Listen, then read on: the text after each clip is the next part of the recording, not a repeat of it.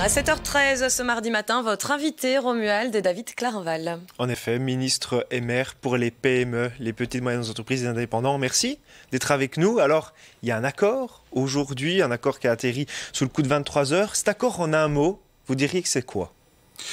Je pense que c'est une prise en considération de l'augmentation des prix. C'est pas un mot, ça. En un mot, c'est une bonne nouvelle. Je crois quand même que la situation est difficile pour les automobilistes, la situation est difficile pour les travailleurs qui doivent utiliser leur véhicule tous les jours pour se rendre à leur travail, mais aussi pour les familles qui doivent se déplacer.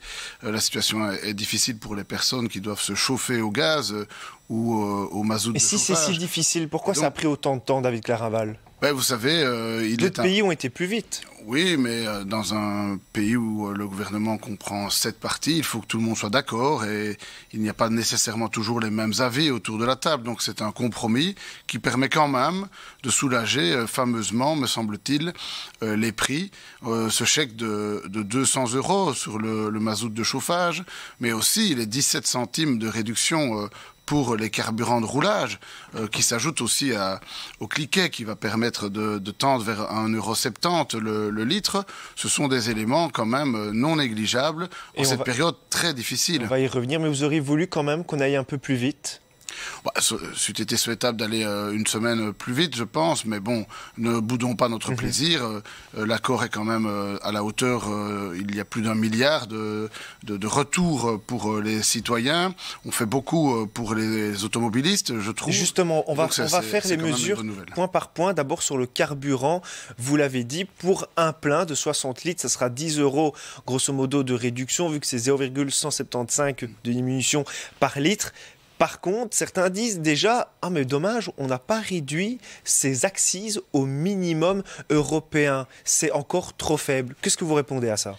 Mais c'est un compromis, donc certains partis ne sont pas très heureux de toucher aux accises, ce n'est pas faire injure que de le dire. Par contre, en ce qui nous concerne, on trouvait en effet que l'on pouvait aller plus loin sur la diminution des accises, donc c'est un compromis, 17 centimes et demi qui s'ajoutent aux 20 centimes qui vont les diminutions de 20 centimes qui sont d'action aujourd'hui font qu'on va probablement passer en dessous de 2 € le litre aujourd'hui ou demain dans les heures qui viennent. Et puis le fait que si le baril diminue, on tende vers 1,70 € dans les semaines qui viennent et qu'il y ait ce cliquet qui soit installé à 1,70 €, ce sont quand même des bonnes nouvelles pour les automobilistes. Des bonnes nouvelles, mais éclairez-nous quand même, parce que dans le communiqué de presse qu'on a reçu, il est mis réduction de ces accises sur le carburant temporaire. Ça veut dire quoi temporaire ? C'est là jusque quand ? Temporaire, vous avez quand même constaté que les mesures sont prises jusque fin septembre pour le moment. La diminution de TVA sur l'électricité. Donc carburant, c'est fin septembre aussi alors pour le moment, en tout cas, c'est prévu pour plusieurs mois. Et donc, j'ai bon espoir que cela ne soit pas réactivé avant le mois de septembre. On ne va pas revenir dessus dans un mois, quoi. Clairement, il y a un engagement. Non, clairement, l'horizon est quand même au mois de septembre et peut-être encore au-delà. Alors évidemment, d'autres mesures, on a fait le carburant, il y a cette TVA sur l'électricité qui est prolongée, tarif social prolongé, et TVA sur le gaz qui va passer à 6% du 1er avril au 30 septembre 2022. Mais on l'a réduit pour tout le monde, on ne cible pas. La consommation de gaz dans ce pays au niveau du résidentiel est quand même importante. On utilise le gaz dans beaucoup de foyers. Ça varie en fonction des régions. Entre 30 et 60% de la population est concernée par le gaz. Donc il fallait faire un effort sur le gaz. Et cette diminution de TVA à 6%, moi je m'en réjouis. Parce que ça va permettre à toute une série de foyers de pouvoir se chauffer, de pouvoir Ça ne va pas permettre aussi un saut d'index pour les salaires ? Mais vous savez, au niveau de l'indexation aujourd'hui, une estimation avant l'Ukraine prévoyait 4 indexations entre le mois d'avril 22 et le mois d'avril 23. Donc ça faisait 8% d'augmentation.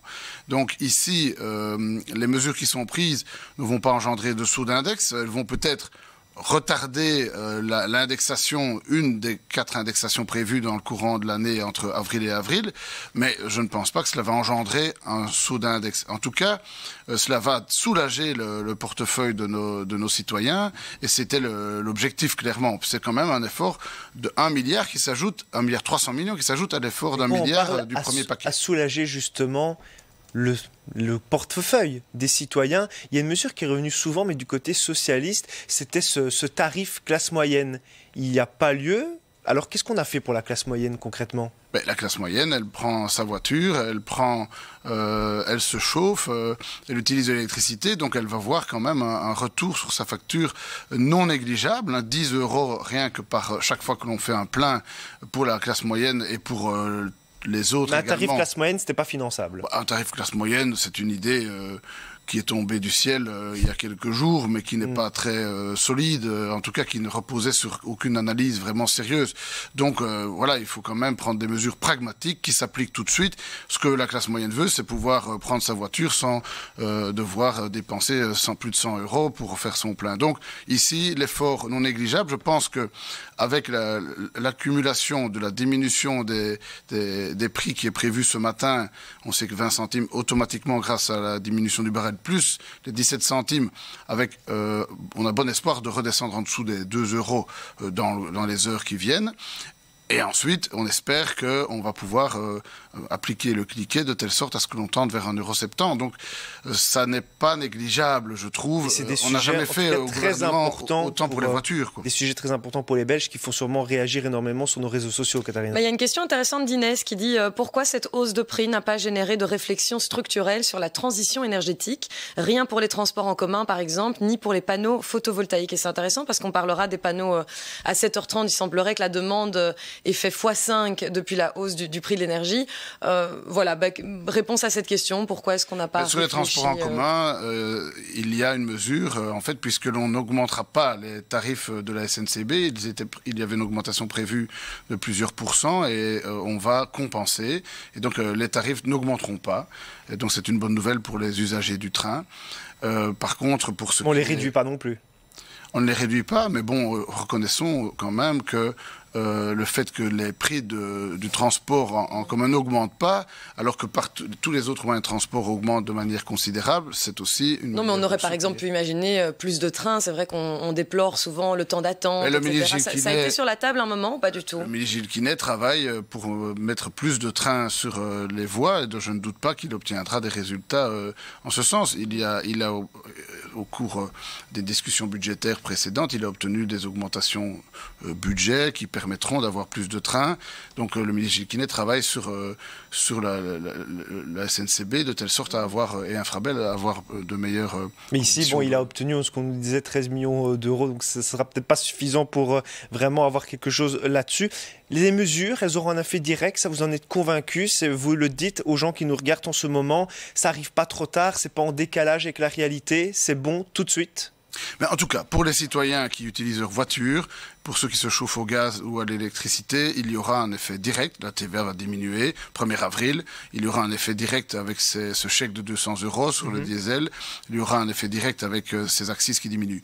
Alors, par rapport aux entreprises, qui, elles, se réjouissent évidemment de cette diminution. Il y a quelque chose pour les entreprises dans l'accord ? Il y a aussi, notamment, le maintien du chômage temporaire. C'était une des revendications que nous avions formulées à l'instar des organisations patronales, parce qu'en effet, les entreprises, en fonction du secteur dans lequel elles sont actives, sont impactées par la crise, par la guerre en Ukraine. Et dès lors, malheureusement, plusieurs entreprises vont devoir solliciter le chômage temporaire. Et donc, on a obtenu, et le ministre Herman va le mettre en œuvre, la prolongation du chômage temporaire. Qui devait s'arrêter fin mars, qui concerne plus ou moins 300 000 travailleurs, si je me trompe, et qui est plus souple, hein. Oui, le chômage économique normal. Le chômage économique est assez lourd puisqu'il faut que les entreprises se déclarent en crise. Il y a une période d'attente, il y a des frais. Donc ici, le principe du chômage temporaire qui avait été mis en place pour le Covid est maintenu et prolongé. Donc c'est une bonne nouvelle. On n'oublie pas les entreprises, c'est le message. Mais revenons quand même aux citoyens. Vous avez beaucoup parlé de cette baisse de la TVA sur le gaz. On prolonge la baisse de la TVA sur l'électricité. Pour un ménage moyen, il va gagner combien? Est-ce qu'on sait déjà ou pas ça? Ça dépend le profil du ménage. Certains se chauffent... Mais en moyenne? En moyenne, c'est quand même certainement plusieurs centaines d'euros sur l'année qui vont être ristournés. Donc, on peut s'en réjouir. Au pour le diesel de chauffage, le mazout de chauffage, c'est un chèque de 200 €. Donc ça, c'est un chiffre connu. Mais pour les entreprises, j'y reviens, on a aussi mis en place, via la Banque nationale, un groupe de travail de haut niveau qui va analyser secteur par secteur les conséquences de la guerre en Ukraine. Vous savez, moi je suis en contact avec les PME tous les jours et j'entends qu'en fonction du secteur dans lequel on se trouve, vous êtes dans le métal, vous avez des difficultés pour vous fournir, vous approvisionner en matériaux, vous êtes dans l'agroalimentaire, la hausse des céréales. C'est très différent d'un secteur à l'autre. Voilà, il faut vraiment avoir une analyse sectorielle par secteur et donc on va mener cette analyse avec la Banque nationale. Et on décide quand ? Et là, il faut quand même pouvoir prendre un peu de temps parce que, en fait, les impacts sont différents en fonction du secteur dans lequel vous vous trouvez. Je vais vous donner un exemple. Aujourd'hui, il y a en Belgique encore 3 semaines de réserve d'huile de tournesol. Alors, ça prête à sourire. On se dit, pourquoi l'huile de tournesol? Parce que l'huile de tournesol est faite principalement en Russie ou en Ukraine. Mais l'huile de tournesol est utilisée par de nombreuses entreprises, notamment pour fabriquer les frites surgelées en Belgique. Et si on n'a pas pris une décision dans les 3 semaines pour trouver une alternative à la cuisson, eh bien, dans 3 semaines, toutes les entreprises productrices de frites congelées vont être à l'arrêt. Cette analyse devra quand même, dans les prochaines semaines, produire un résultat rapidement. Ça, on l'a bien compris. Et ce n'est pas nécessairement des problèmes énergétiques. Ici, on a simplement la nécessité d'organiser une autre manière de cuire les pommes de terre, donc d'utiliser d'autres huiles telles que l'huile de palme. Et donc ça va engendrer des débats importants et il faut que l'État réagisse de manière rapide pour autoriser ce genre de choses. Et ça, c'est donc ce qui va se passer après. Ce qui se passe aujourd'hui, c'est vraiment beaucoup, notamment pour les citoyens. Alors, à un moment, on avait parlé de plus on consommait, plus on payait. C'est pas du tout la stratégie aujourd'hui, vous êtes d'accord, hein, ça? Si, puisque la TVA, même si elle est à 6%, elle est proportionnelle. Et donc, de toute façon, plus vous consommez, plus les taxes sont d'application, les accises aussi. Donc, ça reste d'actualité, mais soyons de bon compte. Ici, personne ne va contester le fait que la classe moyenne qui travaille, qui doit prendre sa voiture tous les jours, notamment en zone rurale, doit pouvoir avoir un impact sur sa facture. Sinon, alors, on va avoir d'autres difficultés beaucoup plus grandes. On a un peu l'impression qu'on a parfois oublié cette TVA intelligente dont on avait parlé dans le passé. Katharina, je suppose que ça réagit évidemment pas mal. Mais il y a une question alors qui est un peu à côté du propos, mais enfin, on parle quand même des indépendants. C'est Raphaël qui dit je viens de recevoir ma feuille d'impôt et je dois, comme beaucoup de petits indépendants, rembourser 10 000 € suite aux droits passerelles perçus. Bon, après, la question est très longue, mais je voudrais juste vous faire réagir là-dessus. Est-ce que c'est normal, ça, qu'aujourd'hui, les petits indépendants qui se lèvent tout doucement, relèvent tout doucement de la crise, doivent payer autant, alors en même temps que manifestement, ils n'ont pas? Mais disons que le droit passerelle, comme tous les revenus en Belgique, est taxé. Et donc, on en a parlé en long, en large et en travers à l'époque. L'indépendant, s'il est en personne physique, il a un taux préférentiel de taxation à 16,5%. Mais s'il est en personne morale, donc s'il est gérant d'entreprise, alors il est taxé au taux marginal. Donc, c'est-à-dire, rapidement en Belgique, à 40-45%, puisque c'est proportionnel. Et donc, c'est clair que le droit passerelle s'ajoute aux revenus classiques de l'indépendant. Donc, je ne connais pas monsieur, je ne connais pas sa situation. Et quand on ajoute ses revenus plus le droit passerelle, eh bien, sans doute taxé au taux marginal, on peut arriver à des montants comme ceux-là. Peut-être qu'il a eu la double passerelle. Si on ne sait pas les payer, alors c'est quoi? Alors, si on ne sait pas les payer, donc le droit passerelle, c'est un revenu de remplacement et donc il faut solliciter auprès de l'INASTI ou auprès en tout cas de sa caisse d'assurance sociale un étalement pour pouvoir payer par tranche mais ça, malheureusement, vous savez, en Belgique, même le chômage est taxé. Donc, c'est le système tel qu'il était quand nous sommes arrivés il y a 2 ans et que nous avons mis en place le système de passerelle. C'est un revenu, il est faiblement taxé en personne physique, 16,5. Par contre, c'est vrai que c'est au taux marginal en personne morale. Et ici, malheureusement, je crains que monsieur doive rembourser. Maintenant, je lui conseille de prendre contact avec sa caisse pour étaler dans le temps. Évidemment, important de répondre aux questions qui se posent directement avec nous. On a encore 2 sujets sur lesquels vous parlez. C'est évidemment le dossier du nucléaire. Il y a une échéance vendredi prochain, le 18 mars. Alors on entend de plus en plus de voix dire Peut-être qu'on va reporter. Peut-être qu'on va reporter la décision. Thomas Dermine le disait hier sur notre plateau, Jean-Marc Nollet il y a une semaine. La date du 18 mars, c'est plus une échéance, il ne faut pas se tenir à un calendrier. On va reporter la décision ? Mais je pense qu'il n'est pas possible de reporter si l'on veut prolonger les centrales nucléaires dont on a besoin. Et je pense qu'aujourd'hui, malheureusement, il a fallu pour certains qu'il y ait la guerre en Ukraine pour se rendre compte que quand on a deux jambes et qu'on en coupe une, on ne sait plus marcher. Donc évidemment qu'il faut prolonger à tout le moins les 2 centrales nucléaires qui sont prévues dans l'accord du gouvernement. Donc ceux qui veulent reporter, c'est un peu... je pense que ce sont des manœuvres sans doute pour... c'est pas responsable. Ce n'est pas responsable parce que Engie a été très clair et il faut être honnête avec les citoyens, mais aussi avec Engie.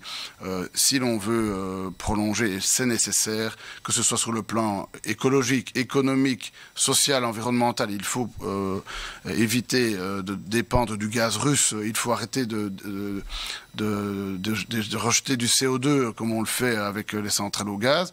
Eh bien, il faut négocier avec Engie le plus rapidement possible pour obtenir cette prolongation. Et ceux qui veulent reporter, manifestement, ce sont ceux qui ont sans doute derrière la tête l'envie de ne pas vouloir prolonger, mais ça n'est pas très responsable. Dernière question avec vous. Quand on parle de responsabilité, il y a souvent un mot qui rime, c'est le budget.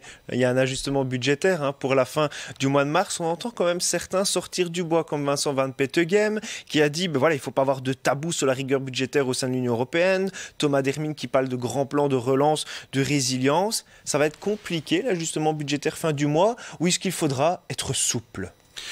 Mais il faut... Bon, j'étais ministre du budget...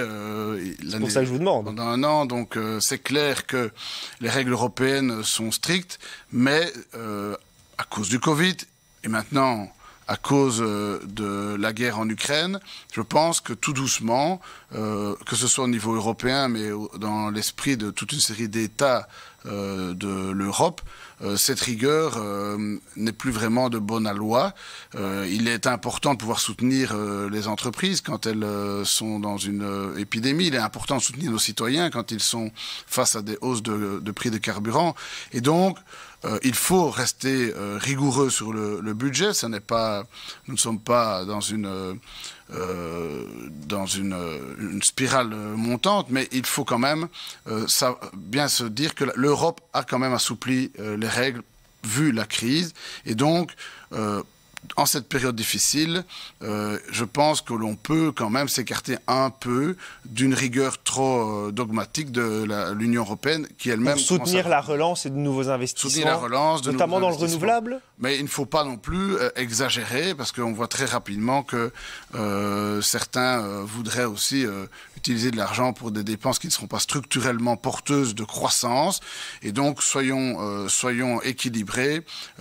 On peut s'écarter un peu des règles de l'Europe, mais pas trop. Donc, il faut trouver ce juste équilibre, je pense. Merci beaucoup, David Caraval, d'avoir été avec nous. Merci à vous. Il est 7h31. Restez bien avec nous dans un instant. On continue d'évoquer ces changements pour notre portefeuille, pour notre carburant, notre gaz et notre électricité. On en parle dans un instant avec 3 invités. À tout de suite.